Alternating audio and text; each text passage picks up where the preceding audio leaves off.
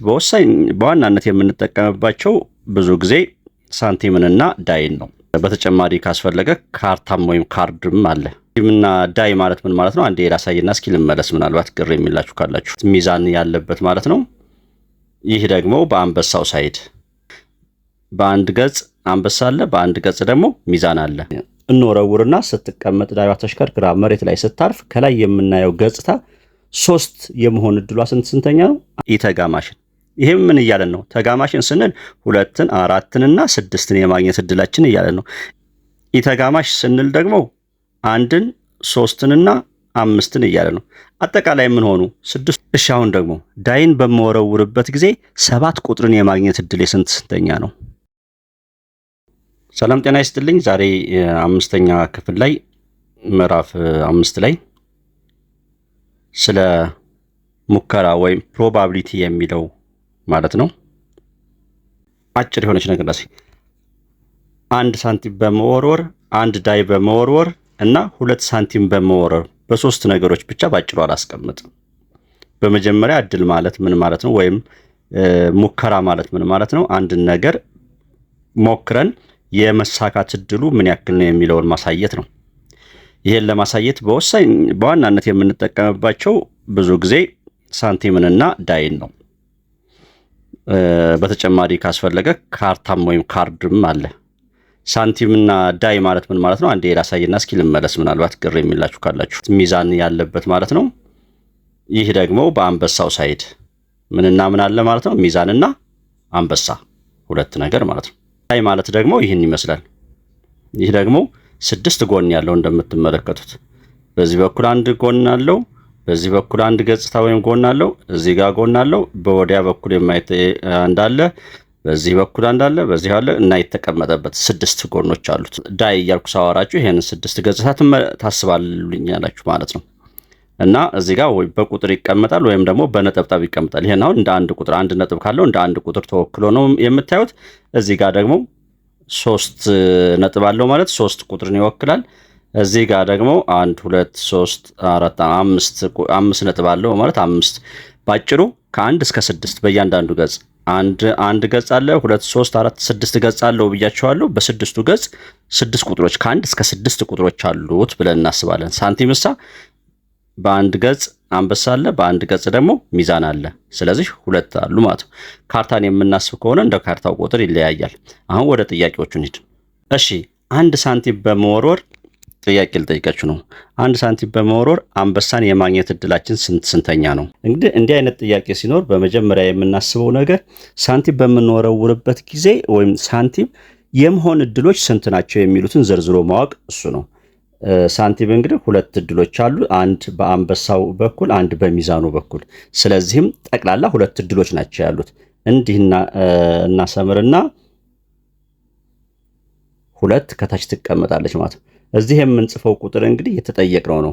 አንበሳ ከሆነ ስንት አንበሳ ነው ያለው? 1 አንበሳ፣ 1/2 ነው ማለት ነው አንበሳን የማግኘት እድላችን። ሚዛንን የማግኘት እድላችን እሳ አሁንም ከታች 2 ስላለ 1/2 ይሆናል። ስለዚህም 1/2 ይሆናል እንላለን። እሺ በመቀጠል 1 ዳይን በመወርወር ደግሞ ዳይ 6 እድሎች አሉ። 8 ናቸው። 1 ቁጥርን የማግኘት እድል አለ፣ 2 ቁጥር፣ 3 4 እና 5 6። ስለዚህ 3 ቁጥርን የማግኘት አሁን እችን እናሰምርና ከታች የምትቀመጠዋ ቆጣሪዋ 6 ትሆናለች ማለት ነው። ስለ ዳይ ስናወራ 6 ስሙኛው 3 ቁጥርን የማግኘት እድላችን ስንት? እንወረውርና ስትቀመጥ ዳይዋ ተሽከርክራ መሬት ላይ ስታርፍ ከላይ የምናየው ገጽታ 3 የመሆን እድሏ ስንተኛ ነው? 1/6 እንላለን። 2ን የማግኘት እድል እንደዚሁ 1/6። እሺ ዳይን በመወርወር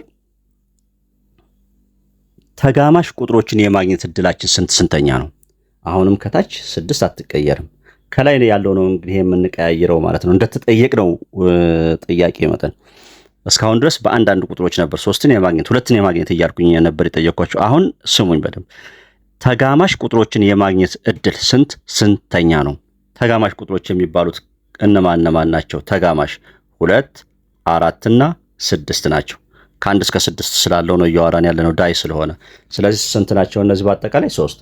3 ስድስተኛ ብላችሁ ትመልሳላችሁ። 3 ስድስተኛ ማለት ወደ ዝቅተኛ ሂሳባዊ ቃል መቀየር እንችላለን። 1 ሁለተኛም ለምን 3ን በ3 ስናካፍላት 1 ማለት ነው። 6ን በ3 ስናካፍላት 2 1 ሁለተኛ ብለን እንመልሳለን። ኢ ተጋማሽም ቢሆን እንደዚሁ ስንተኛ ይሆናል? ኢ ተጋማሽ የምንላቸው ደግሞ 1 3 እና 5 ናቸው። ስለዚህ 3 ስድስተኛ ብለን አሁን በደንብ አድምጡኝ። አሁን ተጋማሽ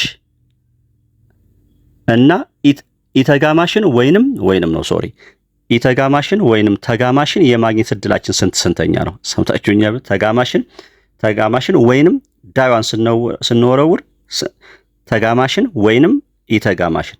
ይሄም ምን እያለን ነው? ተጋማሽን ስንል 2ን 4ን እና 6ን የማግኘት እድላችን እያለን ነው። ኢተጋማሽ ስንል ደግሞ 1ን 3ን እና 5ን እያለ ነው። አጠቃላይ ምን ሆኑ? 6 ሆኑ። 6 ስድስተኛ ማለት አንድ ሙሉ። እንዲህ የተባለ ሰው ሙሉ በሙሉ ዳይዋን ስወረውር፣ ስሙኝ፣ ዳይዋን በምወረውርበት ጊዜ ከላይ የሚወጣልን ቁጥር ተጋማሽ ቁጥር ከሆነ ወይንም ደግሞ ኢተጋማሽ ከሆነ ይህንን እድል ታገኛለህ ተብሎ አንድ ሰው ቢጠየቅ 100% ይሳካለታል ማለት ነው። እሺ አሁን ደግሞ ዳይን በመወረውርበት ጊዜ 7 ቁጥርን የማግኘት እድል ስንተኛ ነው? መልሱ 0 ይሆናል። 7 የሚባል ዳይ ላይ የለም ማለት ነው። አሁን ከዚህ ጠቅለል አድርገን ምን ተማር? የማግኘት እድል 0 ሊሆን ይችላል ማለት ነው። የማግኘት እድል አንድ ሙሉ ሊሆን ይችላል ማለት ነው። ከዛ በተረፈ ግን በመካከል ያሉ ቁጥሮች 1 ሁለተኛ፣ 1 ሶስተኛ፣ 1 ሁለተኛ ሊሆን ይችላል ወይም ደግሞ 3 አራተኛ ሊሆን ይችላል። እጣ ፋንታ በስንትና በስንት መካከል ይወሰናል? በ0 እና በ1። ከዛ ምን ይለዋል መሰላችሁ? እንደዚህ አንድ መስመር ያሳምርና እዚሽ ጋር 0 ይላል፣ እዚሽ ጋር 1 ሁለተኛ፣ እዚሽ ጋር ደግሞ 1 ሙሉ። ምንም የተጠየቅነው ጥያቄ ምንም እድል የማያስገኝ ከሆነ እድላችን ወይም እጣ ፋንታችን ወይም የሙከራ ሂደታችን 0 ነው ማለት ነው። እዚች ክልል ያለችዋ ደግሞ የመሳካት እድል አለ ግን ደካማ ነው ማለት ነው።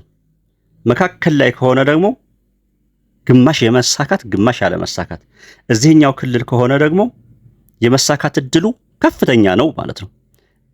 ኤ ከሆነ ደግሞ 1 ሙሉ። በምሳሌ በደንብ ላስረዳ። ለምሳሌ እዚህ ጋር 1 2 3 4 5 6 ኳሶች አሉ። በጣም ጥሩ። እነዚህን በሆነ ዕቃ ውስጥ አስቀምጠን አንዷን ጥቁር ቀባዋት። እኩል ናቸው ኳሶቹ እና አይናችሁን ጨፍናችሁ ከእንትን ካላችሁ በኋላ ካቀላቀላችሁ በኋላ አይናችሁን ጨፍላችሁ እጣ ይውጣና ጥቁሯን የማግኘት እድል በመጀመሪያ ምንም የማግኘት እድል ቆይ አንዴ እንዲላርገውሽ አሁን እንደምታዩቸው ሁሉም ቀይ ናቸው። ከዛ የሆነ እንትን ውስጥ ጋርና አንቀሳቀስንና ጥቁር የማግኘት እድል ስንት ነው? እድላችን 0። ስለዚህ 0 ይሄን ይመስላል። አሁን ደግሞ ያው አንዷ ተቀባች። አሁን ጥቁሯን የማግኘት እድላችን ስንተኛ ነው? ጠቅላላ ስንት ናቸው? 6 ናቸው። ከታች 6ን እጽፋለሁ ብያችኋለሁ። ከላይ ደግሞ 1 እላለሁ። 1 6ኛ ነው የማግኘት እድላችን።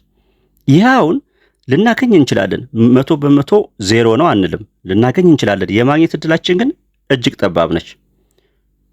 እሺ 2 ተቀቡ። አሁን የማግኘት እድላችን ስንተኛ ሆነ? 2 6ኛ። ትንሽ ከቅድሙ ሻል አላለም? አሁን ደግሞ ተመልከቱ 3 ተቀቡ። አሁን የማግኘት እድላችን ስንተኛ ነው? 3 6ኛ። አሁን 3 የተቀቡ አሉ፣ 3 ያልተቀባ አለ። ይህ ኳስ እጅን ስታስገባ ጥቁሯ ከወጣችልህ ይህንን ቴሌቪዥን ተሸላሚ ትሆናለህ ቢባል አንድ ሰው አሁን 3 የተቀባ 3 ያልተቀባ ግማሽ ነው እድሉ ማለት ነው። ይህ ምን ይባላል? ሃፍ ፕሮባቢሊቲ፣ ግማሽ ላይ። ስለዚህ እዚች መስመር ላይ ቅድም የነገርኳችሁ መስመር ላይ እንቀመጥና ያው 0 በመጀመሪያ እዚህ ነበረ። ይቺ ብቻ አንዷ ብቻ እንደተቀባች እዚህ ክልል ውስጥ ነው እያወራን ያለ ነው። ይቺም እንደተቀባች እዚሁ ክልል ውስጥ ነው። ይቺ ሶስቱ ሲቀቡ ግን ግማሽ ላይ ነው ያለ ነው ማለት ነው። ግማሽ ላይ አሁን ደግሞ 4 ኳሶች ተቀቡ። 1 2 3 4 አሁንስ 4ቱ ተቀብተዋል። ጥቁር የማግኘት እድላችን 4/6 4/6 ማለት እጅግ ከፍተኛ ነው። 4/6 ከዚህ ጋር ፕሮባቢሊቲ አላስቀምጣታ 4 እቺ ተቀብታለች። 4/6 አያችሁ። እዚህ ቁጥር መስመር ላይ ቅድም ያሳየዋችሁ ላይ እዚህ ክልል ውስጥ ነው አሁን እየተጫወትን ያለ ነው። እሺ 5ቱ ተቀቡ። አሁን ደግሞ በጣም የከፋ እድለ ቢስ ካልሆነ በቀር ጥቁርን የማግኘት እድሉ ከፍተኛ ነው።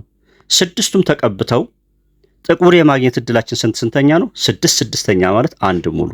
በዚህ መሰረት ነው ካስፈለገ ክፍል 2 ብዬ አንድ ቪዲዮ ጨምራለሁ። መምህር መሐመድ ነኝ ከማሜ ማትስ ዩቲዩብ። በተረፈ በሰፊው እንድታዩ ካስፈለገ ከምዕራፍ 1 ጀምሮ ሙሉ ውይይቶች አሉላችሁ። ማሜ ማትስ ዩቲዩብ ብላ ሙሉን ከምዕራፍ 1 ጀምሮ እስከ መጨረሻው ድረስ ሙሉ ውይይቶች ተቀምጠውላችኋል። ኤክሰርሳይሶቹም መልመጃዎቹም በሙሉ በሰፊው ውይይት